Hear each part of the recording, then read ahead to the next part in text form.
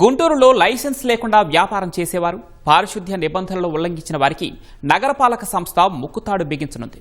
వారిపై జరిమానాలు వేసేందుకు స్వచ్ఛ గుంటూరు పేరుతో ప్రత్యేక యాప్ను సిద్ధం చేసింది. పరిశుభ్రతే ధ్యేయంగా రూపొందించిన Swachh Guntur digital app web dash బోర్డును జిల్లా కలెక్టర్ సాయికాంత్ వర్మ, కమిషనర్ మయూర్ అశోక్ ప్రారంభించారు. యాప్ ద్వారా అవినీతికి ఆస్కారం లేకుండా జరిమానా వసూళ్లు పెరిగి కార్పొరేషన్ ఆదాయం పెరగనుందని అధికారులు అంటున్నారు. ఇంతకీ యాప్ ఎలా పనిచేస్తుంది, అధికారులు ఏం చెబుతున్నారు? దీనిపైన మా ప్రతినిధి SP Chandrasekhar ground report.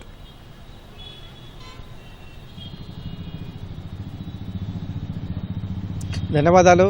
Guntur నగరపాలక సంస్థ అధికార యంత్రాంగం సాంకేతికతను వినియోగించుకొని నగరపాలక సంస్థ ఆదాయం పెంచుకోవడంతో పాటుగా పారిశుద్ధ్య కార్యక్రమానికి సంబంధించినటువంటి పర్యవేక్షణ కార్యక్రమాన్ని కూడా చేపట్టేందుకు వీలుగా ప్రత్యేక మొబైల్ యాప్ను అందుబాటులోకి తీసుకొచ్చింది. దీనికి సంబంధించి ఆ మొబైల్ యాప్ అలాగే వెబ్సైట్లోని డాష్ బోర్డును కమిషనర్ మయూర్ అశోక్, కలెక్టర్ సాయికాంత్ వర్మ ప్రారంభించారు. ప్రధానంగా నగరపాలక సంస్థ పరిధిలో ఉన్నటువంటి వ్యాపార సంస్థలు ఏదైనా వ్యాపారం చేయాలంటే ఇక్కడ కార్పొరేషన్ నుంచి లైసెన్స్ తీసుకోవడం తప్పనిసరి. అయితే చాలామంది ఆ లైసెన్స్ లేకుండానే వ్యాపారాలు నిర్వహిస్తున్నటువంటి పరిస్థితి. చాలా తక్కువ మొత్తంలో దానికి ఫీజు చెల్లించాల్సి ఉన్నప్పటికీ కూడా అది కూడా చెల్లించకుండా వ్యాపారాలు నిర్వహిస్తున్నారు. నగరంలో కేవలం 20,000 మంది మాత్రమే ఇప్పటి వరకు ఆ ట్రేడ్ లైసెన్సులు తీసుకున్నటువంటి పరిస్థితి. అలా కాకుండా అనధికారికంగా మరొక 20,000 మంది ఇలా వ్యాపారాలు నిర్వహిస్తున్నట్టుగా కూడా అధికారులు లెక్కలు తేల్చారు. దీంతో అందరికీ కూడా ఈ ట్రేడ్ లైసెన్స్ తప్పనిసరి చేస్తూ ఇటీవలే ఆ వ్యాపార వర్గాలు, వ్యాపార సంఘాల వారితో కూడా సమావేశం నిర్వహించి కమిషనర్ స్పష్టంగా వారందరూ కూడా ఈ ట్రేడ్ లైసెన్స్ తీసుకోవాలని చెప్పేసి కూడా వారికి ఆదేశాలు జారీ చేశారు. అయినా కూడా చాలామంది ఇంకా ఆ లైసెన్సు విషయం పైన ముందుకు రానటువంటి పరిస్థితి. దీంతో నగరపాలక సంస్థ సిబ్బంది క్షేత్రస్థాయిలో పర్యటించి ఈ లైసెన్సు లేనటువంటి వారికి జరిమానాలు వేసేందుకు సిద్ధమయ్యారు. దీనికోసం ప్రత్యేకంగా ఈ యాప్ను రూపొందించారు.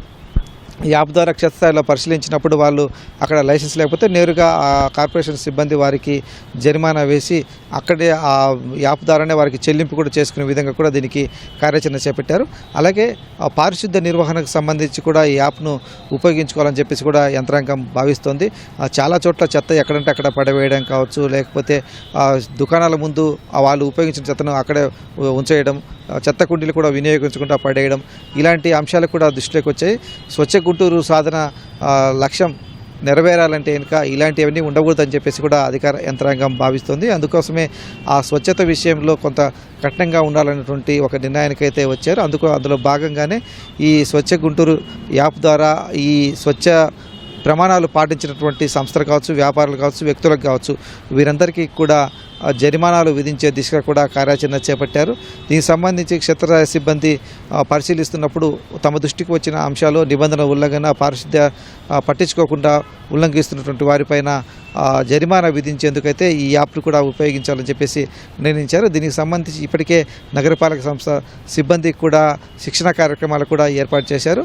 త్వరలోనే పూర్తి స్థాయిలో ఈ యాప్ను క్షేత్రస్థాయిలో వినియోగంలోకి తీసుకువస్తామని చెప్పేసి కమిషనర్ మయూర్ అశోక్ వెల్లడించారు. ప్రధానంగా గుంటూరు నగరం రాష్ట్రంలో ఉన్నటువంటి అతిపెద్ద నగరపాలక సంస్థల్లో 3వదిగా ఉంది కాబట్టి ఇక్కడ ప్రజలు ఎక్కువ మంది నివసిస్తున్నారు.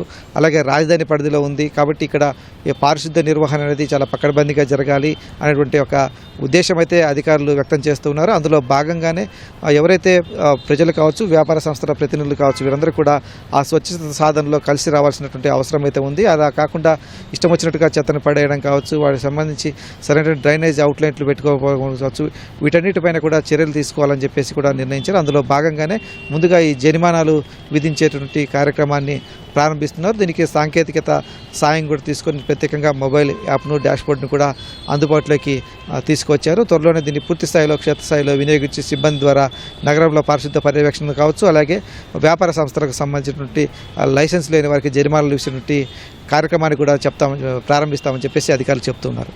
కెమెరామెన్ కేశవ్తో పూర్ణ చంద్రశేఖర్, ఈటీవీ న్యూస్, గుంటూరు.